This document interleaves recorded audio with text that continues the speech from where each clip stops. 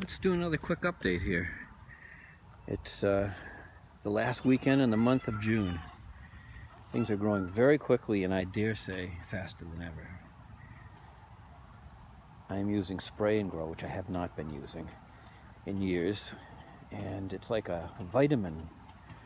Plant food, like Miracle Grow is the food, spray and grow is like the vitamin. But I'm getting some excellent results. Look at this. I'm going to be eating some of that pretty soon here. I got to pull some of those leaves out. That Swiss chard. It's looking gorgeous. And I hope another thing I have of it here will grow as well. I'm going to have to plant some more. Definitely going to have to plant some more. The squashes, the cucumbers here. Mostly these are squashes, but some are cucumbers. They're all doing pretty well.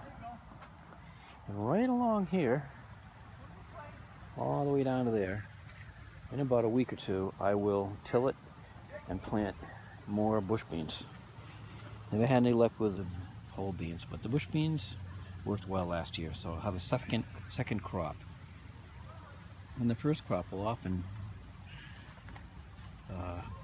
flower once or twice. These are more squashes, cucumbers, and such. There's a lot of that here, and I couldn't tell you which is which. We have 4 different types of squash. Yellow squash, zucchini, trombosino, and butternut. But it's all looking gorgeous right now. I'll go up and down the rows here. This is the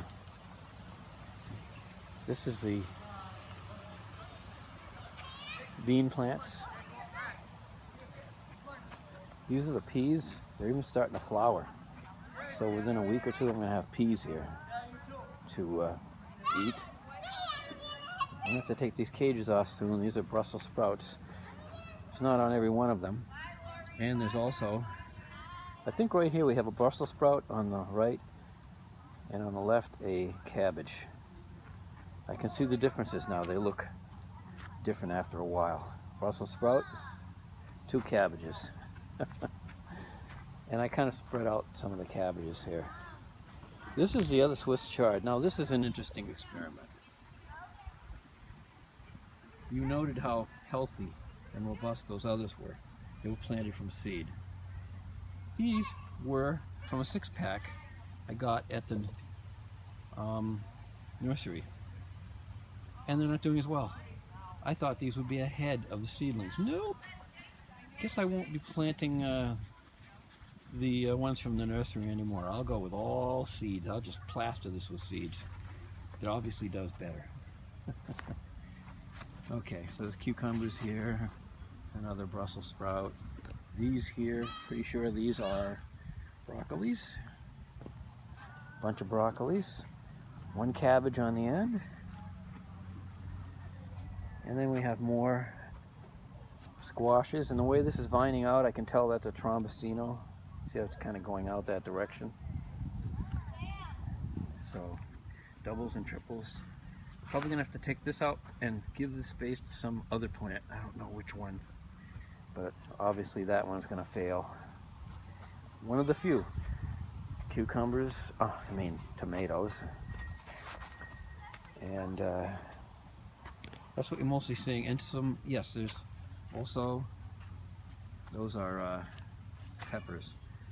Not the best I've seen. Actually, the best is over in a pot. And they all came from the same batch. The pot, I have found that peppers in pots do better than peppers in my raised garden. I don't know why, but I think in the future I'm going to grow them all in pots. I think they like the warmth around their feet. Some plants do, and some plants don't. And I think peppers just do. Maybe they call them hot peppers for a reason.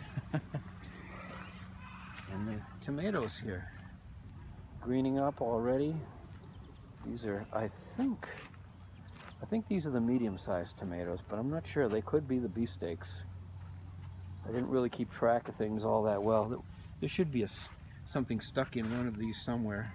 Yeah, as a matter of fact, there is. Let's go down here and look at it and let's see what it says. No, that's interesting. Nothing. It's a blank. Oh, I guess I have no idea. I thought that would have a picture on it and the name. think it had something written on it, and it's all washed off. Oh well, we'll find out. These are the Jerusalem artichokes, the main batch. And there's some more starting to grow back here. I think what I may do is cut these out that are back there and till this area, and then maybe use it for a whole bunch of Swiss chard or something like that that I adore, or cucumbers, or both. I don't know, but always thinking of new things to do in the garden. These here, I'm going to chop them completely out. They're not going to be in the garden, and probably the ones on the other side too. And I'll show you where they're going to go. Oh, that reminds me, I got to take this out of here. Okay, we'll just go down this line here. There's the two plants of rhubarb, which I did not pick any of. I'm trying to get them to just grow bigger. Look at how big these two peppers are. Those are nice. They're doing great. Here's the first morning glory to grow up and reach the top. It's coming out of this container here. They basically grow from where the seeds dropped the previous year. There's bunches of them. You can always tell them they've got that little double or four-leaf pattern you can see there. I'll show you some more. Over here, there's bunches of them. They always look just like this. You can tell that they're morning glories. And these are going to grow up onto the fence here. And then they'll drop more seeds the next year, and so it will go. This has been their most fertile ground. There's a ton of them. They'll grow in both directions. But they're growing all along the bottom here. I even water them just to make sure that they get going. There's one getting back up the fence. Over here in the pots, there's one. And I thought, well, I could make it grow over here too. So I'm going to let it grow up the fence. Okay, let me show you the last thing, which is what am I going to do with those irises? It's a good year in the garden this year. It really is. And if you took notice around, there's hardly any weeds. Doing very good. So sorry about all the waving around the camera here. Let's go back here. I'll show you what I'm talking about. This is looking good too. Weeds are low. A little tiny bit of weeding to be done here and there. Right in here is what I'd like to have, is less weeds and more ground cover. Unfortunately, this ground cover kind of merged. These are Lily of the Valley merged with Vinca. That's what we get there. And then nothing on the back side. I figured it would all go downhill. Well, in one way it did. If I'm going around the edge of the garden, here's not a lot growing. I could plant lots of stuff if I wanted to. I guess it does well in shade, but here's the real problem area, because it erodes. And then I forget what this is down here. Gosh, I do not remember, but it's a ground cover too. But all over this whole area was what we're having problems with here, which is Oriental bittersweet. And you can tell where it's invading because it sticks out like a sore thumb. This was all Oriental bittersweet last year. I hit it with Roundup and it died. And it didn't come back this year because that worked well. The problem is there's nothing here. It's like, what can I put here that will do well in shade? Well, guess what? Yes, those irises will grow almost anywhere. They like shade. They do fine with it. So I think it's going to go here. But also I need to put something here that deer will not eat. I tried something else that does well in shade that I have some of. And yeah, here's a bittersweet right here in the middle of all this. Let me show you all this other bittersweet that is invading everywhere, and I've been spraying it. Here's some down here, all over the place. See it over there? You can tell because it just kind of goes out. And it's everywhere. So I'm trying to kill as much of it as possible judiciously without killing the good stuff. It's growing up around this bush and tree here. See it? There, and out there. Bittersweet. We'll see how things look next year. I'm on a bittersweet eradication program. See all this down here? It's getting brown. A lot of it has even already died. You can see the death and destruction. Well, that's what's happening. So we're trying to kill bittersweet, and I think we're going to transplant irises and anything else we can find. See how overcrowded everything is here? Once I get rid of the bittersweet, it'll look really nice. But it's just growing everywhere. There's some more up there. I keep mixing it up. I keep spraying it. Sometimes I spray it multiple times if it doesn't look like it's actively dying. Here it's really bad. See it all? And I've sprayed a lot of it. So that's kind of what we're doing. Now look at this growing out of my compost pile. This is not compost I use in my garden because the grass has been treated for ticks, so it's got poison in it. You can see all the bittersweet here, but I don't care back there so much. There's crud loads of it back there, all over. In fact, it takes trees down. Here's a tree right here that it has basically taken down by going all over the tree. It starves the tree for light. The tree then dies and falls down. And you can see the videos and people talking about this on the internet, and how people are trying to fight this thing and save their trees and other such things. It's so horribly invasive. But yeah, there's some of that going on here too. But yeah, this compost pile, it's got a lot of good compost in it, just not usable for food. But other stuff, yeah. I'm thinking of offering it up on Free Cycle. Come and get it. Get a truckload of, bring your own little tractor to pick it up with. I would love to do that. Make more room for the compost pile. It gets bigger and higher every year. It spreads out more. And I don't know what this is, but it sure is enjoying the compost pile, isn't it? I've let it grow. It's not edible, so who cares? Well, that's pretty much it. I don't think there's too much more to report. There is a dead plant here. I don't know if I mentioned it. I think I did. But out towards the side of the house, towards the front, it's definitely dead. There's no life in this, so I've got a project now of digging all the way around it and pulling this thing out. This is what was a hydrangea, and if I get another one, it will not be put here. It obviously didn't like this at all. Judy kept saying, oh, the dryer vent up there is killing it. I'm not sure if that's it.